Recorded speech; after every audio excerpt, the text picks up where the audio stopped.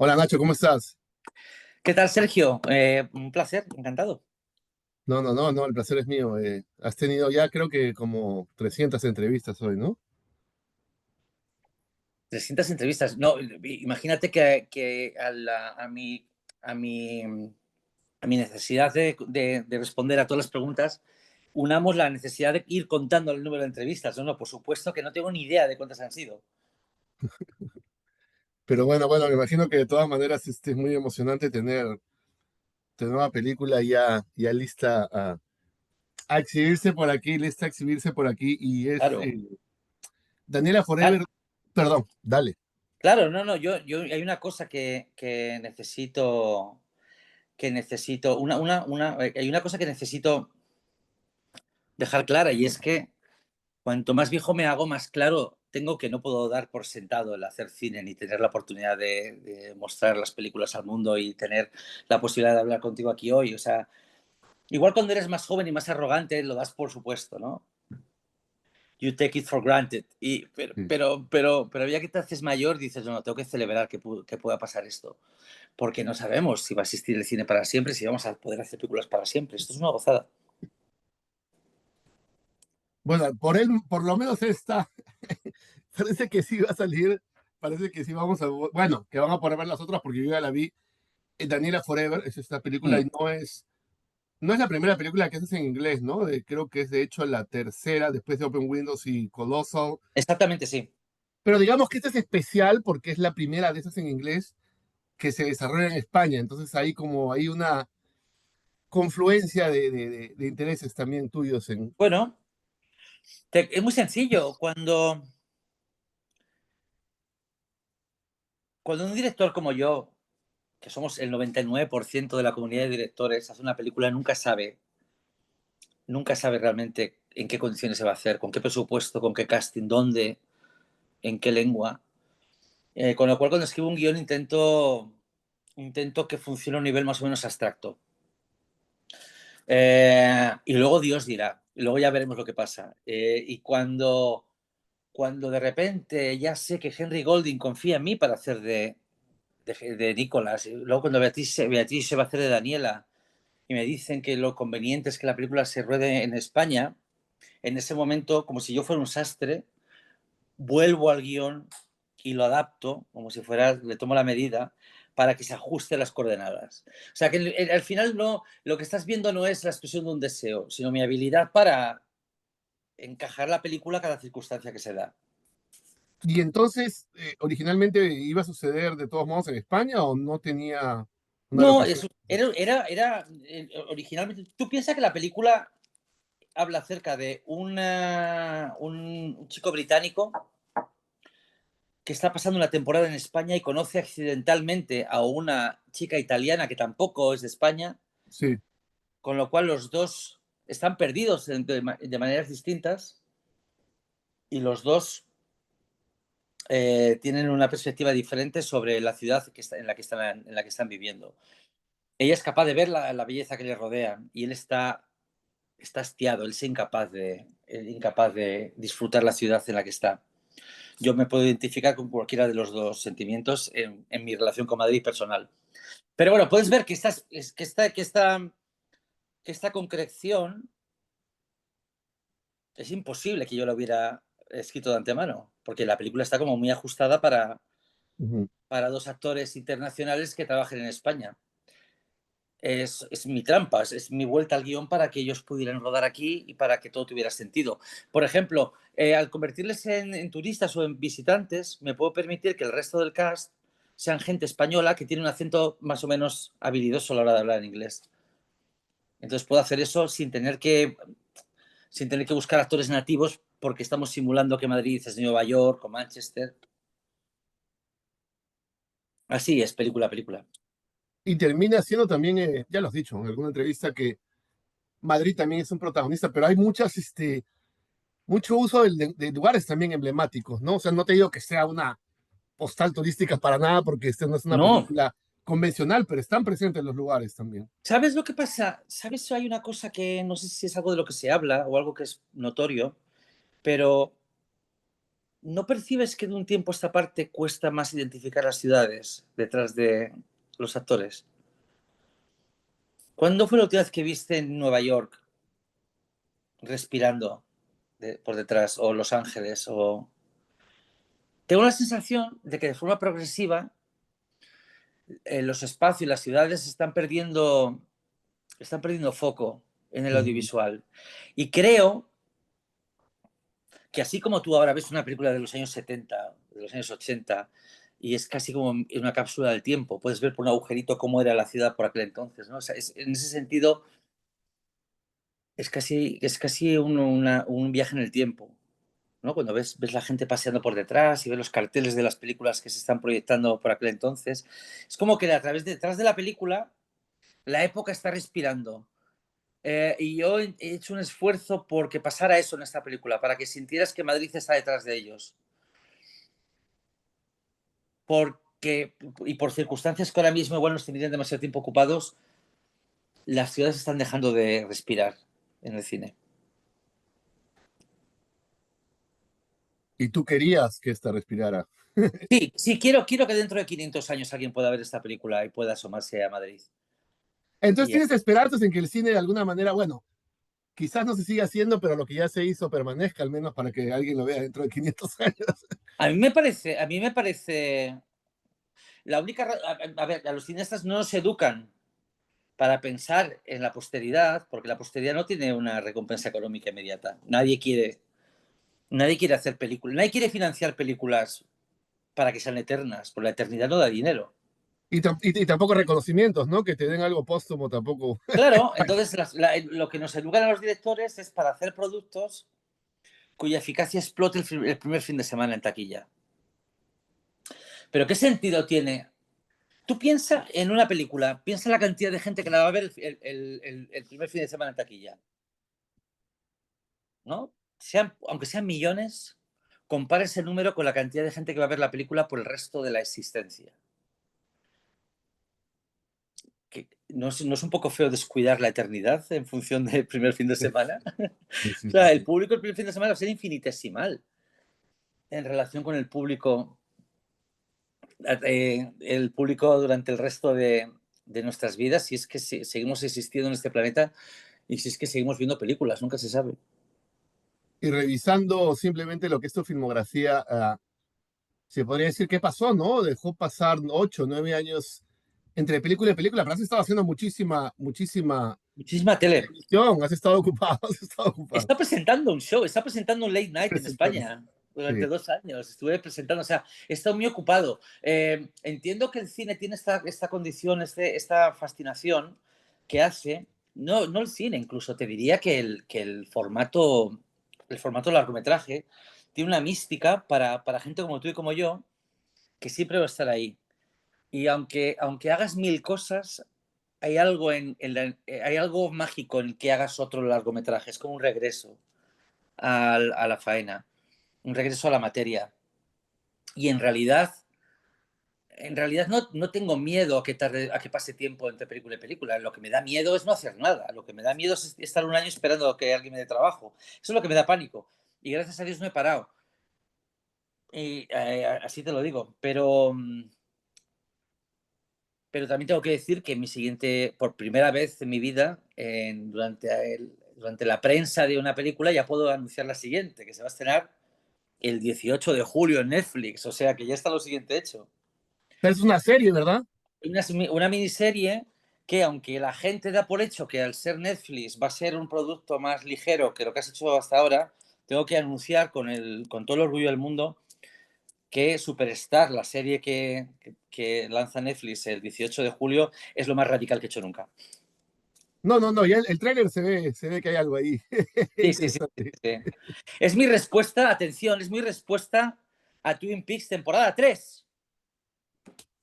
Que la buena. Ujú. Y esta está, vamos a volver obviamente de inmediato a Daniela, pero creo que te fuiste al baño. No, estoy aquí, perdona, te estoy escuchando, ¿eh? Es que tengo aquí un lío montado. Pero esta Superstar, claro, tiene que ver con un asunto muy, un fenómeno musical, ¿no? Muy español. ¿Cómo crees que se va a apreciar en otros lugares. Yo, por ejemplo, no la conocía, no conocía a esta artista, no que era muy kitsch y llamó la atención Sí, no lo sé, porque, no lo sé por lo porque abstracta que era. como la cultura norteamericana es dominante, Sí, damos por hecho que cualquier historia reciente, o sea, que cualquier historia aparentemente insignificante puede ser una película estupenda, pues porque tenemos esa flexibilidad, ¿no? O sea, por ejemplo, imagínate cuando llegó a España el, el biopic de Larry Flint, por ejemplo, que lo hizo Woody Harrelson, ¿no? sí, Sí, no me equivoco, ¿no? Larry Flint es el editor de Hustler.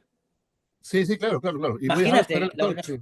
imagínate lo que nos puede interesar en España ese biopic. Sin embargo, Mm, como la cultura dominante ejerce ese poder sobre las demás culturas, tenemos la flexibilidad suficiente como para entender que a lo mejor el valor de lo que nos están contando radica en esa aparente insignificancia. Oye, qué bien que nos están hablando de la vida de alguien que no conocemos. Eso quiere decir que hay algo aquí que no nos esperamos. Y sin embargo, cuando hacemos algo en España que es profundamente localista o algo pequeño, tenemos el pudor y damos por hecho que no puede interesar fuera. Eh, y yo creo que hay que combatir esa perspectiva. Yo creo que la serie, aparte, lo importante es el lenguaje que utilizamos para contar las cosas claro, y el punto de vista y la mirada que aportamos. A partir de ahí, ¿qué historia puede no ser interesante para quien sea? exacto, exacto, exacto. Mm. Volviendo a Daniela y volviendo a los actores que ya mencionaste, a Henry Golding y a Beatriz Grano, ¿cómo fue? ¿Cómo fue eso? ¿Cómo fue el proceso de elección y por qué se dio así? Claro, la prensa tiende a pensar siempre que somos los directores los que movemos los hilos. Es una imagen que creo que es una imagen arquetípica que uno no puede abandonar, Ujú, ¿no? La de que el director escoge. En casos como estos, yo formo parte de la inmensa mayoría de cineastas que no tienen el poder otorgado por la industria de decidir con quién hacen cada película. Creo que directores de ese tipo, pues igual hay menos de 10. Eh, yo lo que soy es un director muy, muy afortunado que cuando escribe un guión pues lanza un mensaje en una botella al agua, a ver qué pasa, y que luego pues tiene la fortuna de que alguien como Henry Golding y Beatrice Grano confíen en mí para interpretar personajes complicados, según tal y como lo veo, ¿no? Complicados para Henry porque él tiene que interpretar a alguien que empieza mal y acaba peor, cuando él es el hombre más encantador del planeta. Tiene que interpretar un personaje en el que nos tenemos que sentir reflejados, pero que también nos tiene que producir una cierta desconfianza y un cierto miedo. Es un poco el antagonista de su propia película, ¿no? En un momento dado. Y sí, creo que eso es una cosa que tiene mucho valor por parte de Henry Golding. No es lo que la industria le pide, es algo con lo que está experimentando. Y luego Beatrice, que he hablado menos de ello, pero para mí no es menos valioso. Beatrice hace una cosa también muy compleja que es interpretar a un no personaje que poco a poco se convierte en un personaje. Interpretar a una persona no real que lentamente se vuelve real. Y eso es una cosa que no es nada, nada fácil y que le creó no pocos conflictos. Piensan que, ya sabes que las películas no se ruedan en orden cronológico. Y sin embargo, tú ves la película y puedes ver cómo ella lentamente se va convirtiendo en una persona normal. claro, Una es como un persona desarrollo, normal, no real, real. el término de desarrollo de personajes, en este caso es interesante porque adquiere otra dimensión aquí, ¿no? Porque ves a su personaje desarrollarse Sí. literalmente frente a ti por las circunstancias que suceden en la película. Estás viendo cómo cada escena ChatGPT se actualiza, ¿no? Sí, sí, sí, sí, sí, sí. Eso, la trama, no hemos hablado de la trama. Henry interpreta a alguien que está de luto, ¿no? Por la pérdida de su mujer, que es Daniela. Sí. Después lo convencen de involucrarse en un tratamiento experimental Ajá. para poder tener sueños lúcidos y supuestamente poder eh, liberarse un poco o ir superando ese trauma, Sí. ese duelo, pero él decide darle más a la herida y comenzar a pensar específicamente en Daniela y tratar de traerla Ah, nuevamente, ¿no? A su vida y eso le trae muchas complicaciones. Esto de los sueños lúcidos es interesante. Ah, tengo un amigo que me dijo el otro día que sí los tiene, ¿ah? Que él está consciente en el sueño y él lo Mm, manipula y le va estupendamente. Yo no, creo que alguna vez he intentado, alguna vez tuve uno, buah, pero me fue muy mal. Alguna vez ya. tuve uno y pensé que podía volar, por ejemplo, y no me, o sea, fui consciente, pero no lograba despegar o no lograba Ya, hacer lo que supuestamente quería. qué Entonces, mierda. un fracaso. Ya ¿Para veo. qué fue? ¿Para qué el sueño lúcido? ¿Cómo es eso para ti? ¿Cómo fue el proceso de Yo no, sueño? para mí los sueños lúcidos son una imposibilidad porque no puedo tenerla, no puedo aplicar la disciplina mental necesaria para poder tenerlos. O sea, ¿hay Y un método, tú crees? ¿Hay un método para lograrlo? hay un método, sí, sí, sí, sí, no es ciencia ficción, o es ciencia ficción con aplicación a la vida real. Es un ejercicio de concentración y de voluntad, pero sí hay gente que consigue tenerlo. Y en mi documentación puedo certificar que sí, que es real, que hay cosas que cuento que no son tan fantásticas. Pero tengo que confesar que a mí me da un poco igual. A mí la mecánica de los sueños me parece inalcanzable, no tengo una relación óptima con mis propios sueños. Yo quiero utilizar este truco de ciencia ficción para contar la historia de un hombre que se vuelve adicto a unas pastillas. Y quiero una excusa para poder contar la posibilidad de que una película pueda saltar de la depresión al mecanismo de defensa, o sea, del Betamax al 4K, Mm. con cierta libertad, ¿no? Porque una vez que si pasas por la depresión, si alguna vez has pasado por, has tenido una experiencia similar, sabrás que es una oscilación constante, que vas y vienes, que vas y vienes, que vas y vienes. Y yo pensaba, ¿puede una película ir y volver? ¿Puede una película volver, ir de un estado mental a otro y volver al anterior y luego volver? O sea, yo lo disfrazo todo de una mecánica de sueños lúcidos, pero lo que me interesa realmente es buscar una forma de retratar la depresión y cómo incluso los mecanismos de defensa que planteamos pueden llevarnos a otra situación que quizás sea más terrorífica, ¿sabes?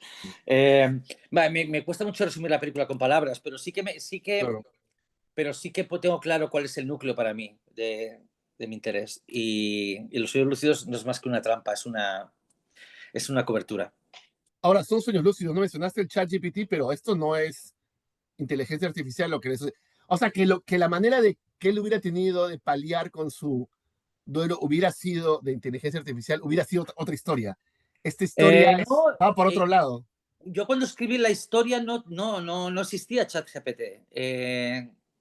Si a- pero como las películas son mejores que sus autores y son más lúcidas y tienen más capacidad. Cuando una película es profética no es porque el autor sea profético, sino porque la película lo es. O sea, hay algo que se congrega en el acto creativo que es mayor, o es algo que opera a una escala superior que la del artista, como puede ser la época. O sea, si los artistas fuéramos todo lo que se aplica a una obra, pues entonces sería imposible analizar la historia del arte porque cada obra podría ser de cualquier época. Pero los artistas estamos condenados a ser producto de la época que vivimos y la época habla a través de nosotros. Entonces yo, aunque no tenía ni pajolera idea de que ChatGPT pudiera existir, la época en la que yo vivo habla a través de mí. Y ahora la película evidentemente habla acerca de la posibilidad de que puedas tener una novia virtual que hable contigo como tú deseas y que no sea exactamente real. Aunque ahora estamos ahora mismo pues viendo casos, hoy mismo vi un vídeo de YouTube hablando de gente convencida de que su pareja virtual ha conseguido alcanzar la autoconsciencia. Es una cosa que está pasando ahora. La película ahora es mucho más relevante que cuando la escribí o que cuando la rodé y es algo que acepto encantado.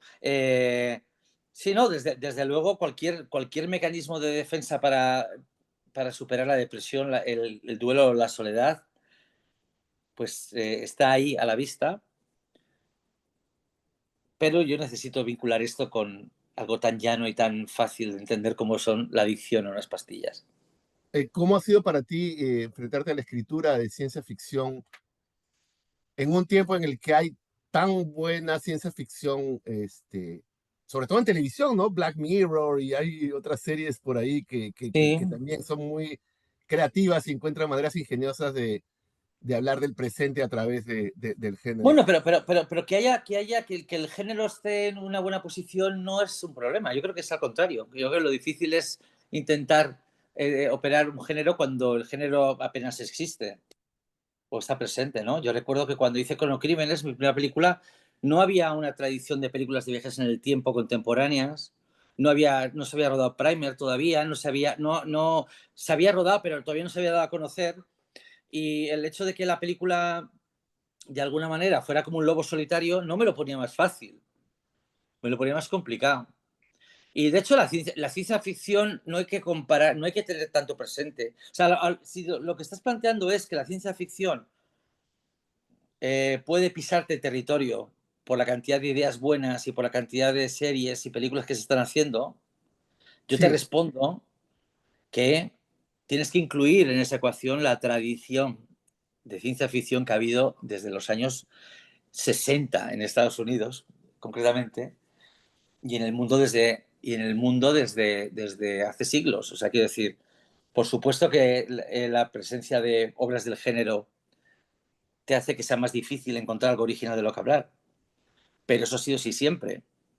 Ujú, ujú. Yo no quiero que mi película se parezca mucho a un capítulo de Black Mirror, pero tampoco quiero que se parezca a ninguna novela de Philip K. Dick ni a ninguna novela de Robert Heinlein. No quiero, o sea, que la ambición de crear algo nuevo, ya esa dificultad ya está de antemano. Entonces, a Sí, partir de ahí, prefiero que el género esté vivo y saludable en tiempo presente que no que yo sea un loco abandonado en un bosque con una linterna y un palo. claro, claro que sí. Hablando nuevamente de las locaciones de España, hay este manejo tuyo de los efectos especiales y de todo que no es, pues, no tiene la intención de ser, de llegar a la altura de Hollywood, pero hay cosas muy llamativas aquí, como las calles de Madrid, muchas calles Sí. vacías, ¿cómo hicieron para filmar eso? Bueno, hay que ser. Es la segunda película que hago en la que vacío las calles de Madrid. La primera fue Extraterrestre, que fue mi segunda película, Sí. que empieza con una pareja que después de una resaca despiertan y miran por la ventana y está la calle vacía. Es un trabajo que es la unificación de varios talentos y uno de ellos es el de location, ¿cómo se llama? ¿Cómo es el término en inglés? Location ¿Scout? Scout Manager. Sí, creo que sí, los scouters. Vale. Te doy permiso para que mejores mi respuesta añadiendo la terminología real. Eh, claro, hay gente que se recorre el centro de Madrid con la misión de encontrar calles que parezcan céntricas, que parezcan calles bulliciosas en un momento real, pero que no sea difícil cortar. Cortar, y cuando digo cortar es que no se vean ni peatones ni coches. O sea, por un lado,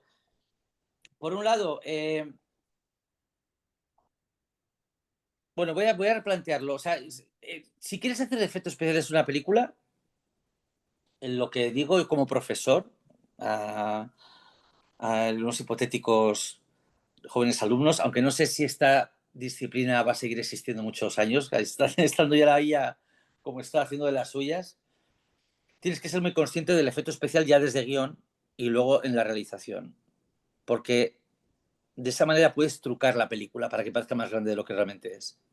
Sí, sí, sí, sí, sí. Y creo que la película en ese sentido es un truco de magia. Evidentemente, no es una película de Hollywood, no es una película de Hollywood, no tiene la escala de una película de 200 millones de presupuesto, pero tampoco creo que hemos conseguido que no tengas muy presente el bajo presupuesto. O sea, no No, claro, parece claro, un... no se ve como una película barata, pues, ¿no? Mm, El uso de formatos también es interesante, ¿no? La realidad se ve con una calidad inferior a los sueños. Los sueños son mucho más sí. vistosos y más bonitos y tienen un, ¿cómo se dice? Ahora sí yo me estoy... El uso de formatos acá es interesante, y no solamente formatos, sino también cámaras, ¿no? Ahí Para dices el aspect ratio. el aspect ratio, es el que se me ha olvidado. Todas las decisiones que puedes poner seguir en una lista, todas las decisiones que tú intuyes que hemos tomado, ¿no? Aspect ratio, calidad, tacata, todas esas decisiones son solamente una sola. hay una sola decisión tomada aquí, que es rodar con cámaras Betamax de los 90, cámaras Ajá. obsoletas. Esa decisión ha afectado todo lo demás. O sea, Perdón, eso fue la parte de la realidad y la parte de los sueños. es tradicional, son cámaras 4K, lentes anamórficas. Mm. Digamos que los sueños los queremos filmar, que para mí los sueños son la parte en la que la película está coping con la depresión. Los sueños están rodados, pues como se ruedan las películas a día de hoy, especialmente bonitos porque mi director de foto, John Diez, hace cosas preciosas, ¿vale? Ujú. Pero la vigilia está hecha únicamente utilizando una cámara obsoleta, similar a las cámaras que yo utilizaba cuando hacía cortometrajes en mi adolescencia.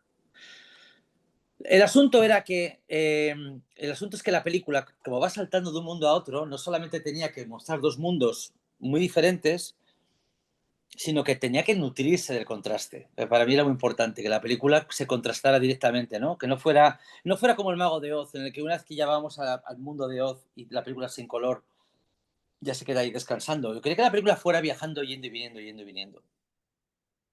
Mencionaste ya para terminar, mencionaste antes a Lynch. Y el otro día, yo curiosamente he visto tus películas, pero hasta ahora no había hecho esa relación.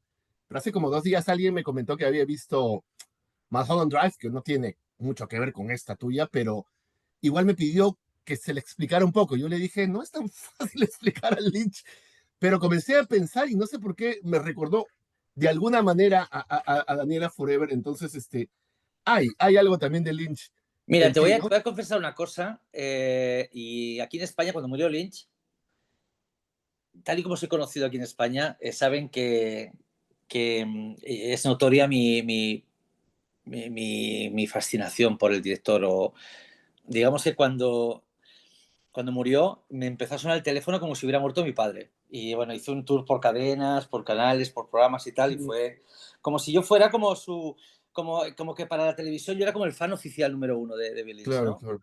Tuve el honor de hacer un ciclo en una sala de cine, me llamaban para presentar, tuve la opción de presentar mis dos películas de Lynch favoritas, que son Carretera Perdida y Los Highway, y Fire Walk With Me, la película de que deriva de Twin Peaks.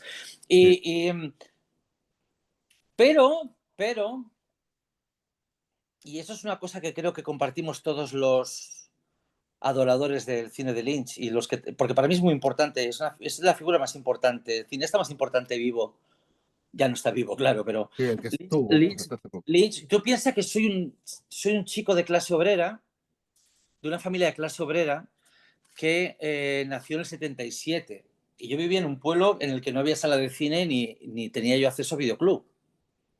Te cuento esto porque quiero contar que cuando Twin Peaks llega a España, y yo estoy viéndola en el salón de mi tele con mis padres, en una época en la que yo no sabía quién era David Lynch ni qué había hecho. Cuando Twin Peaks llega a España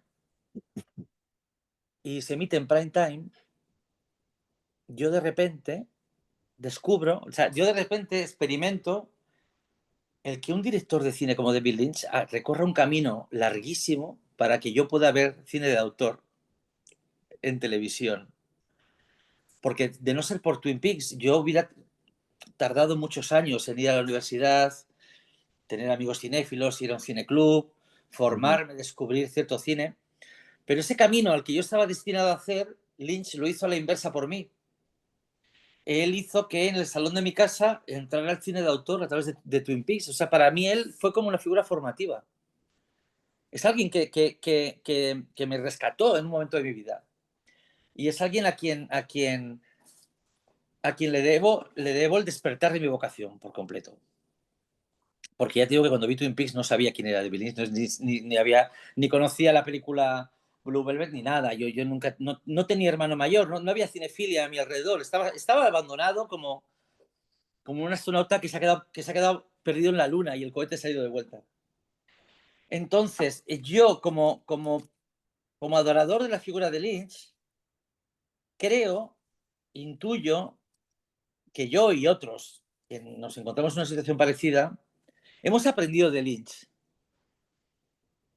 que la libertad de la que él hizo alarde no se puede imitar, no se puede reproducir copiando lo que él hizo. Porque de esa manera no te has enterado de nada. O sea, yo creo que si eres fan de Lynch, si eres un cineasta seguidor de Lynch, tu obra no se parece a la de David Lynch. Está prohibido, es parte de contrato. Porque si tu obra se parece a la de Lynch, estás haciendo algo que él nunca hizo, que es que su obra se pareciera a la de otro. Claro. Entonces tienes que encontrar tu propio camino. Yo estoy más que satisfecho con que la herencia de Lynch apenas se pueda ver en mis películas. Digo, ole, estoy de acuerdo. Nacho, muchísimas gracias por tu tiempo y Muy bien. por tu cine y por eso mismo, por eso, porque seas alguien que hace películas tan propias, tan propias. Aunque a Vale. veces por ahí uno diga, quizás, ¿no? Quizás le gusta este o el otro. Bueno, no, por supuesto que estoy abierto